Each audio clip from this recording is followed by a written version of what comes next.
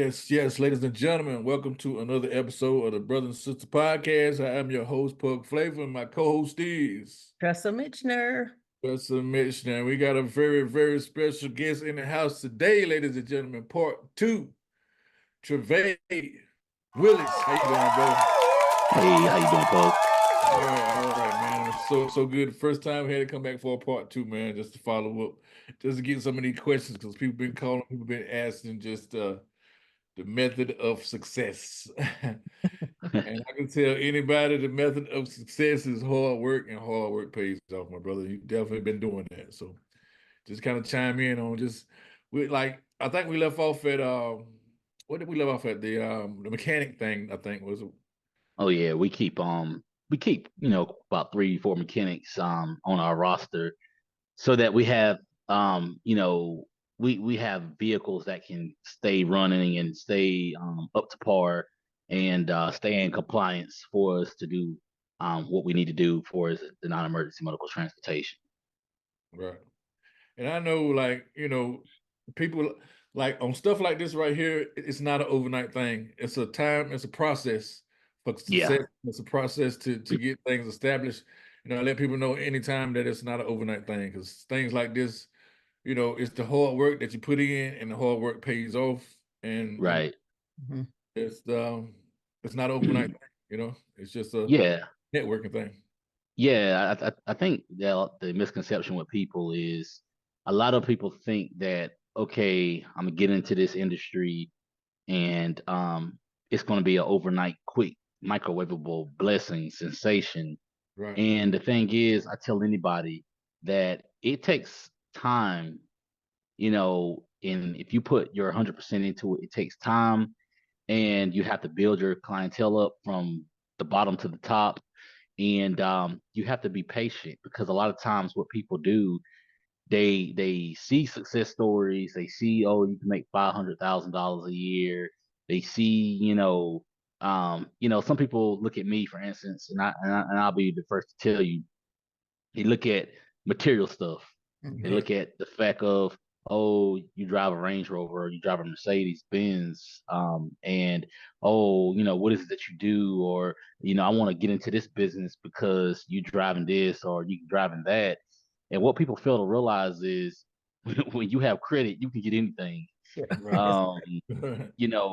the thing is, it took time for me to really get to the point where I'm at now. It wasn't overnight, and there's still a lot more growth that I have to do. 10 years, and for me to say that, coming from me, a person that's been into it a decade, I still got a little bit more growth to go to, and there's other levels that I want to tap into. But for us being on the level that I'm at now, it took time, it took patience, and it also took good customer service skills, perseverance, crying, praying, a few things to this point.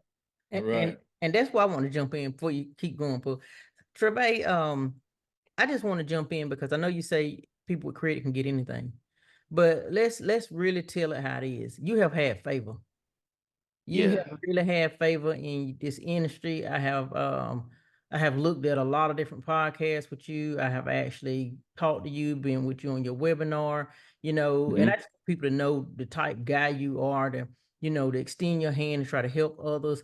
And not only that, like you brought Raquel in, who you actually talked a little bit about, who you told about the business, and what Raquel got, maybe 40 some vans and vehicles or something now? Or was it? Yes, 57. So Raquel, excuse me. Excuse me, Raquel. But the thing about it is, I want to be able to tell our audience how you have not been selfish in the situation. Now, I believe in, paying and supporting people when they're helping you and doing stuff like that. So then don't y'all be calling Travae trying to get everything for free. So gonna get that out of the way right now.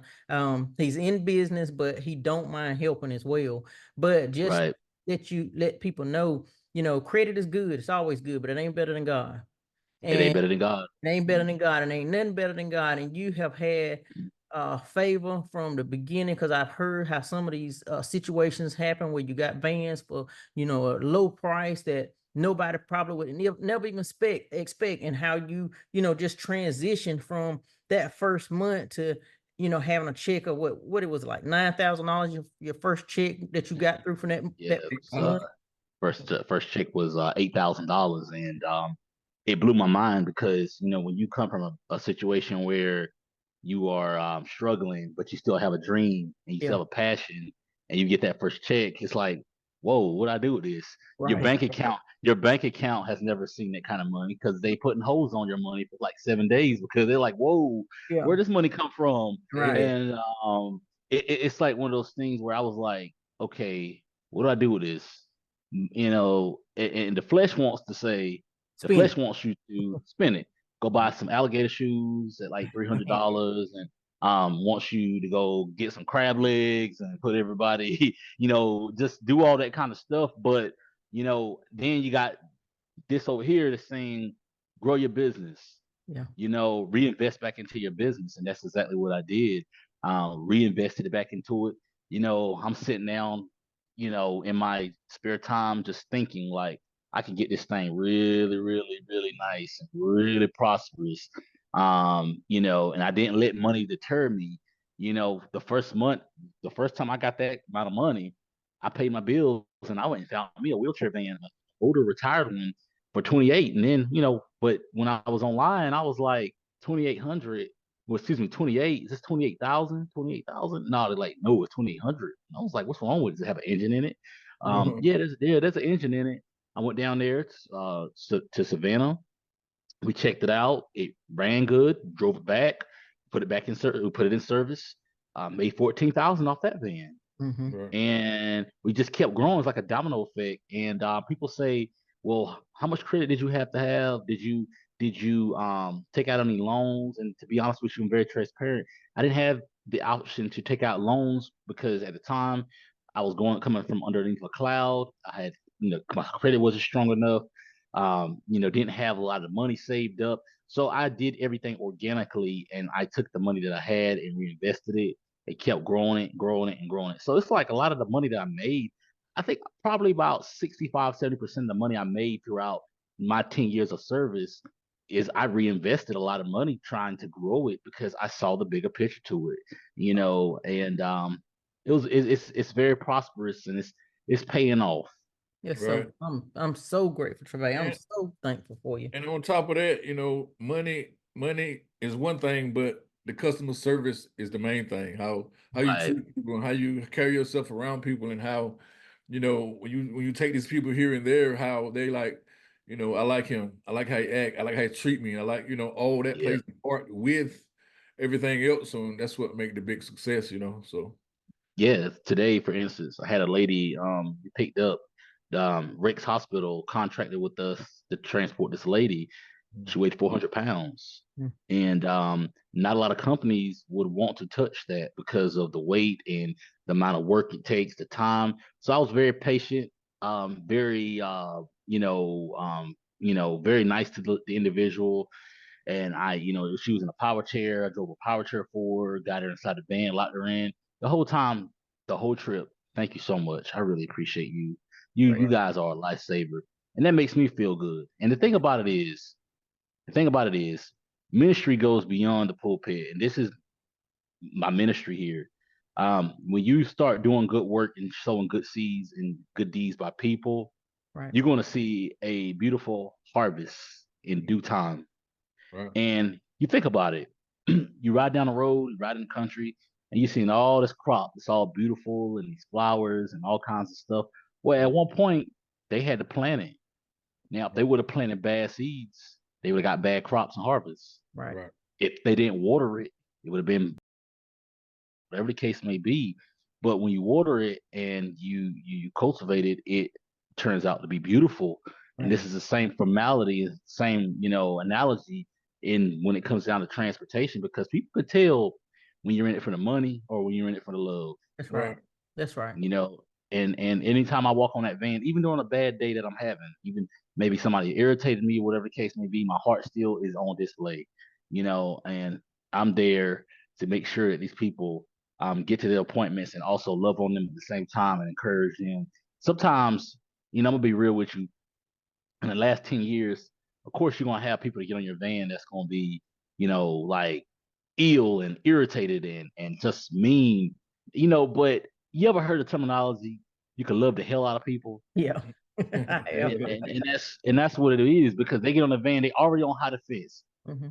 Look, can you calm that air conditioner down? Like, ma'am, yes, ma'am, I sure will. How was your day today? You doing okay? What'd you do yesterday? How was your weekend? Fine. Oh, okay. Well, that's your daughter right there. She's a nice individual. Yeah, she's nice. So then you starting to set the tone, and then Right. next thing you know it, you're turning this angry, ill, bitter, mean person until somebody else. And it's a prime example because there's this one lady we deal with. She's that way, and everybody's trying to figure out at this facility, like, how are you able for her to be so loving and kind to you? Right. And I said, it's all on your display and approach. You can't keep being nice and loving people and them being in that same position. That love is going to humble them down. Now, if you Right. come at that person with malice, and you come at with them with rage and fire, of course you're going to be on the same level they are, and they're going to elevate because they feel like they're going to try to take control of the situation. But when you come at them gentle as a dove and you love on them and you talk to them, and you give them encouraging words and things like that, a lot of times you have no choice. They start going down and going down and going down. And they say, you know what? Even though people say they were irritated and ill, next time they got to go to the doctor. Where's Mr. Trey at? Yeah. Oh, he's over there. Well, I want to see Mr. Trey. Hey, man, what's going on? You doing all right? Yeah, that's how you do it. Right. Every single time. That's how you do it. And this is what they call a ministry, because a Right. lot of these people we transport, I don't even know what's really going on with them. I just transport them. Right. And even my drivers could tell you sometimes they may be in stage 3 or stage 4 cancer, and you may not even know anything about it. And something that you say can really get right here, and cause them to change their outcome and their outlook on life. Mhm. So Like I so say, basically what you do is you just transform that energy. You transform that environment by the energy level that you have to a positive environment. So, Yeah, and it's all done through love. That's love, all. and that's why I tend to try to hire people that possess similar characteristics and a similar spirit to mine. That's right. I don't want to hire somebody, and I tell anybody in the interview, I put them through a series of questions, and what would you do in this situation?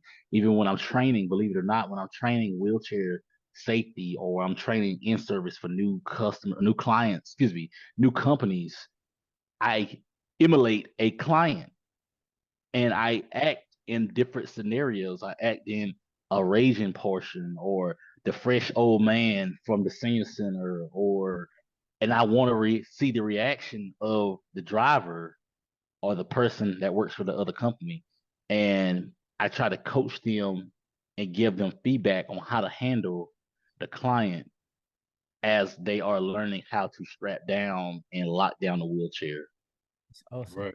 It's 'Cause awesome. you don't want to compare grumpy with grumpy. You want somebody grumpy, you want to counter the grumpiness with the love. So yeah. Right. And I've had situations where people, they don't want you to pick them up because the color of your skin. And those are things you really can't help, Right. because people grew up into that hatred. But Error. for the most for the most part of it, you try to display love and Mhm. act out in your ministry, and make sure these people get to where they need to get to. It's awesome. That's awesome. And I know Trey, we talked about, because Pooh got so excited when you started talking about all the forms of transportation you do. Yeah, I So was like, let's get back into that. there's a lot of uh, transportation. Is transportation, whether you flying in an airplane, whether you in a bus. yeah, Okay. yeah, yeah, Pug, I still live in that I don't know how to say this the right way. I still live in that excitement like I was at 5 years old. These are things that I wanted to do since I was 5, and my grandmother was like, "Yeah, it's just a fad. You're gonna outgrow it." I was, before we went to church back in the day, I was lining up chairs like I was driving a bus, or sometimes I was lining up chairs in rows like I was flying an airplane. Right. And she was like, "What are you doing with my chairs? Like, this is my sewing machine chairs and my fabric chairs, and I'm Go lining so up. clean. Yeah, I'm driving. I'm lining up chairs, and I had this imagination. And Right. people in the neighborhood was like, "Yo, you have a very vivid imagination." And I kept telling people all day long, every day for years, that when I grow up, I want to drive a bus. When I grow up, I want to fly an airplane. And it's amazing how life happens, because it's like God allows me to reach for the dream and take it out the sky. I get to do things that I couldn't even imagine myself doing. Sometimes when I'm up there in the sky, I'm up there sometimes 5,000 feet, and I'm just cruising through the cloud or over the clouds, and I'm thinking like, God, is this reality or is this a dream? You know, I, yeah, it's like, is this really reality? Because I really can't believe I'm doing this. And there are days when I'm flying, because what I fly for a organization called the Air Force Civil Air Patrol, and what we do is we do search and rescue recovery missions, excuse me, disaster recovery missions in the event of a natural disaster. So right now we're kind of busy. So we do that, but we train a lot, but sometimes I catch myself, and my wife could tell you, I'm flying in the morning, and in the afternoon, people see me on social media on a tour bus. It was like, okay, you was That's in what a I'm flight saying. suit. You was in a flight suit at like, 9:30, 10 o'clock this morning, and now you're in a coach bus outfit, and you're driving a motor coach going to Virginia. Like, so how do you be able to do all of that? And I think, at this moment in my life, I'm just enjoying my life, and I'm having a great time. Right. I love it. And Having a great time. How often do you fly? Like, you do it really often, or just when they call you? Yeah, well, we stay on alert quite a bit when it comes down to during this time of the season, because it's hurricane season. But off season, when it's not hurricane season, we pretty much do a lot of training. Now we also do disaster recovery, reconnaissance flights, and we also do missing people. We look for missing airplanes when there is a missing airplane. So those are some of the things that we do, but for the most part, I'm flying training missions. We're doing search and rescue exercises, trying to keep our tools and stuff sharp in the event we get called out.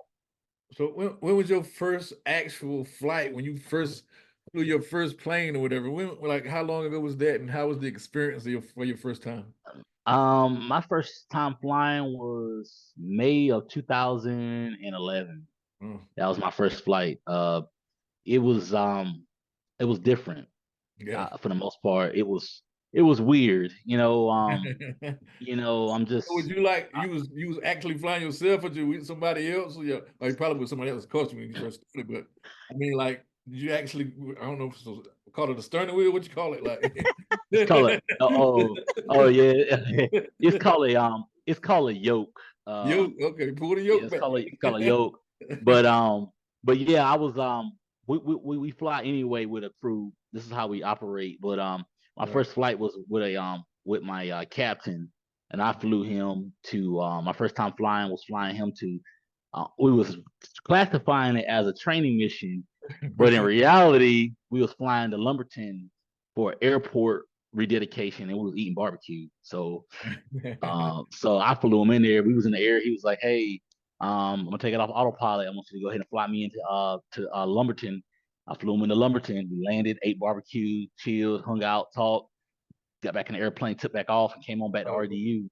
it's amazing, man. That's amazing. Yeah, man. Hey, Yeah. when I So heard We use the wings either way. I'm when I sorry. was yeah, yeah, that's good. When I was listening to you about taking it out of the air, it was like I was hearing the Holy Spirit saying you was taking it out of your spirit. Yeah, that's what it kind of seemed like at first when I heard it too. Yeah. Like, it was just a You, moment. I want this, so let me get right. it. It's like he put You it know in what I'm your saying? spirit, and what you're doing is it's not the air, you're taking it straight out of your spirit.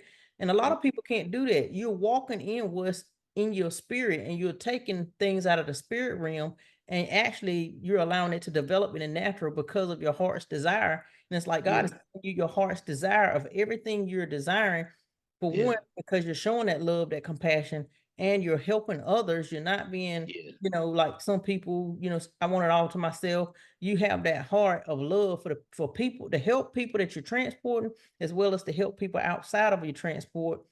And you're just supplying a need and helping everybody in every fashion that you absolutely can. But what's happening is when God is giving you those spiritual desires in your heart, he is really allowing you to live it out, because you're actually reaching for them and you're grabbing hold of them and you're not afraid. You're not scared to walk in fear to get to your destination. And sometimes that's what happens. You know, you have to take risk. And that's what's happened. That's what happened in your life. You're not afraid of taking a risk. And that's what God is showing a lot of people. You're gonna have to take the risk because he wants you to trust him, because it's walking by faith, not by sight. And when you can't see something, but you see it, you can't see it, but you really can see it because it's in your inner eye, you know, not the outer eye. So you're seeing it in the inner eye, which is the spirit realm. And what you're doing is you're taking that risk and trusting God that I'm gonna get there. Right. And it's amazing.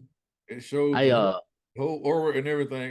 When I played football, they had this every time you walk in the locker room, they had this statement on it, and it said attitude makes a difference. You know, attitude makes a difference or something like that. I always heard that attitude determines your altitude. Yeah. But it just shows, man. Just hear you talk and watch how you do your things, and it's just it shows in your character as you know. Yeah. So I really enjoy, and it was God years ago that, you know, led me to posting the video of the seminar I did on social media on YouTube. And when I posted the video on YouTube, I didn't think nothing of it. It blew up, and then next thing I know, it created a position for me to help other people. Now, when I started out, I didn't really charge anything, but I had people that kept telling me, "Hey, man, you got to charge, you know, for the little bit of time you're spending with helping people." And I was like, I buckled against that because I was just having a good time. I was having the best time of my life, just in partaking in people and people calling me saying, "Hey, I bought my first van. Thank you, Trey. Really appreciate you." You know, I was having the best time of my life. And then to someone say, "Hey, I understand you're having fun, but you gotta charge just a little bit." So I said, "Well, you know what? I don't want to charge these people that a lot, because I don't want to break these people. Let them take all this money that people are charging out here. They're charging $3, $4, $5,000 to help them try to get a business started." And, you know, I came up to the conclusion, okay, well, if I'm gonna charge anything, I'm gonna charge them this nominal fee. It shouldn't hurt them. You know, I don't want to charge $3, $4,000. Could I? Yeah, I could, but I wasn't led to do that. And by me not being led to charge people that amount of money, it has opened up many doors for me. You know, so really, I charge a nominal fee, and sometimes I get chastised by people, but I have not heard of anything saying you need to charge more. And because at the same time, it's more about the craft and helping people and pouring into them versus trying to get rich or knock somebody in the head. If you think about this, right here.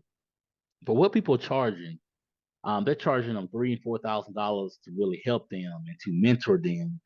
And there's a lot of people out there that won't even allow you to even text them or email them a question because they will charge them. Right. And me, I had many people on social media, YouTube, say, "I've seen your video. Is this the real you? I can't believe that you will put your phone number on on YouTube, and we have this much access to you. That's amazing." And I said, I said like this. At the end of the day, I thank you for looking up to me. I thank you for, thinking a lot of me. I thank you for allowing me to partake this into you. But at the end of the day, I'm just a regular person. So I'm not the type of person that feels like, okay, I'm too good to talk to you or give you information. Now, granted, I do have a lot of people that reach out to me, and sometimes it can be overwhelming, and I may forget to respond back to somebody. But I try my best to respond back to everybody and try to help everybody. My phone blows up like 15 times a day with people asking questions, how to get into the industry. I want to get into the industry. And I give them all the nuggets and resources that I have. Now, some people, when I got started in the industry, I had to basically feel my way around things, like kind of like I was a blind man. You know, I had to look and walk around in the dark.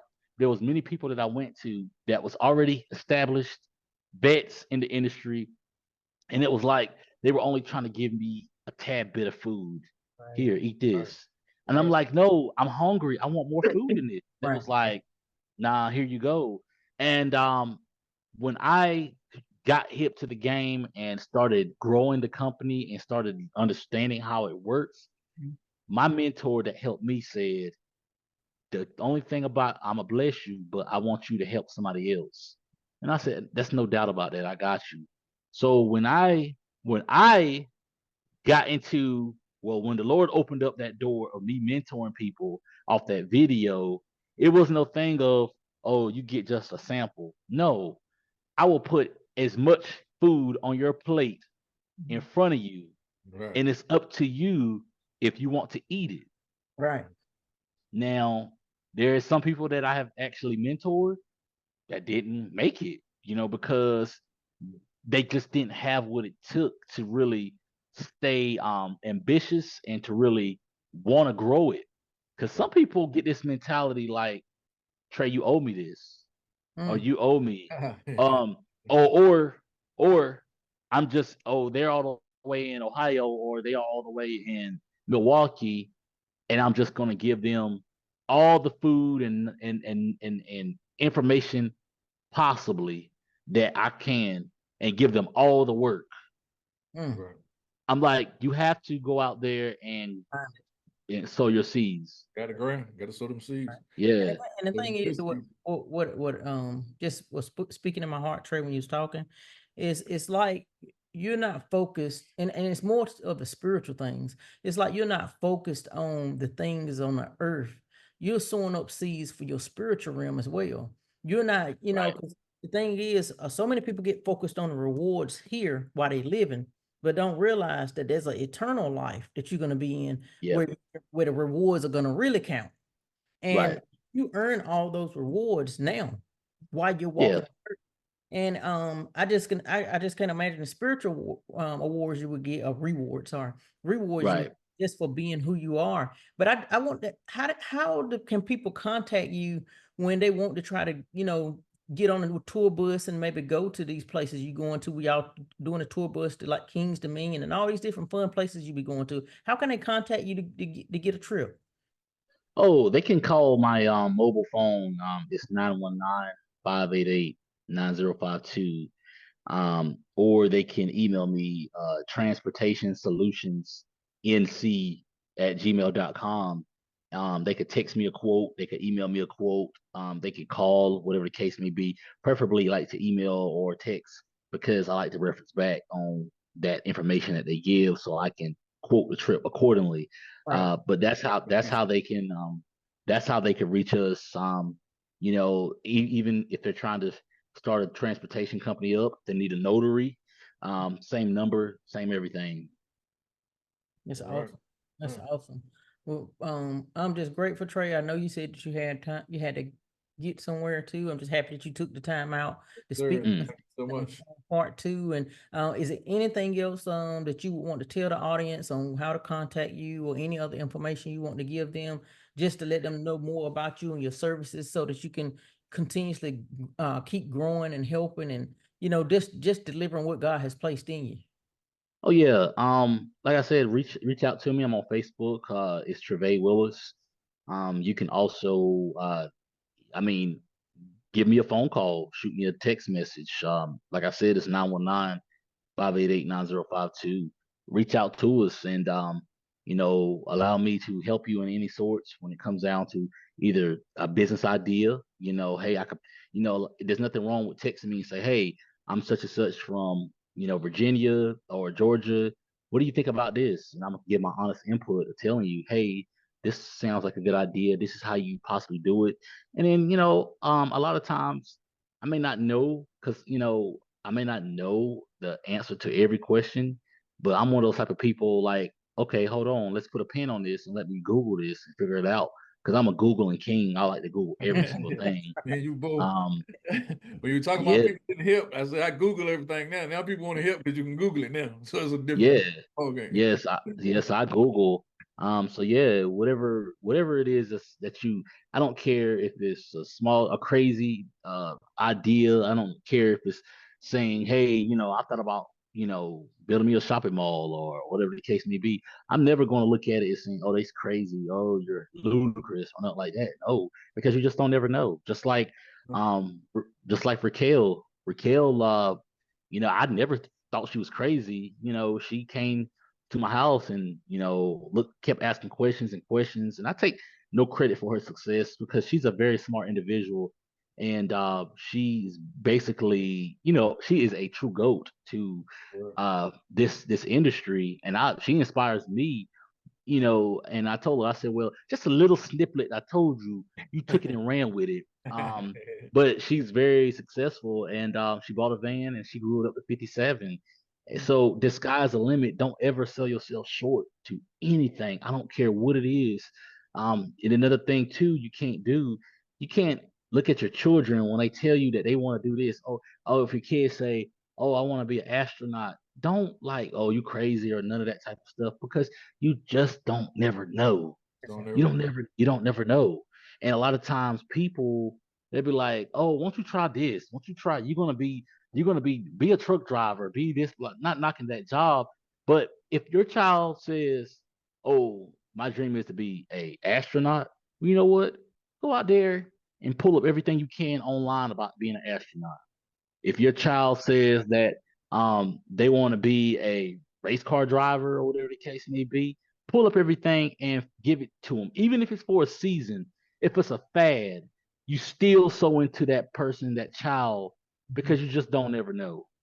Pretty much, give them the tools of success. If you want to do this, boom, here go the stuff that come with it. If you really want Yeah. it, you go. Yeah. And if they grow, and the thing is, if they grow out of it, oh well, they cultivate them in something else. Right. And that's another thing, Travae, and I'm gonna let you get off this call. There's another thing. When you do webinars and stuff like that, you bring every person to the table, like the accountants, you talk about the broker, you talk about everything. You when people pay for your webinars or attend a webinar, you bring everything to the table and don't leave nothing off the table where they whether they make it or not, or if they got that go get it spirit, you give them the tools that they need, or you bring a person to bring the tools that they need. And these other people that you bring is so amazing because they want to help or share, or they don't mind asking questions or whatever. Just like Raquel, I text her all the time and she always respond. If she'll respond right then sometime, and sometimes she'll, if she's busy, because I'm pretty sure she is, she'll respond a little bit later. But I just want everybody to know before you get off this call that when you attend one of the webinars, get signed up, because he's going to lay out all the tools that's needed, and he's going to have, he don't have that tool, he's going to have somebody else in that industry or something that knows it. So when you leave, you're going to have the accountant number that you're going to need. You're going to have people who work in Medicaid, all this stuff that goes on in the transportation industry. By the time the call is over, you will have a wealth of knowledge, and he may have say, okay, this is going to last 4 hours.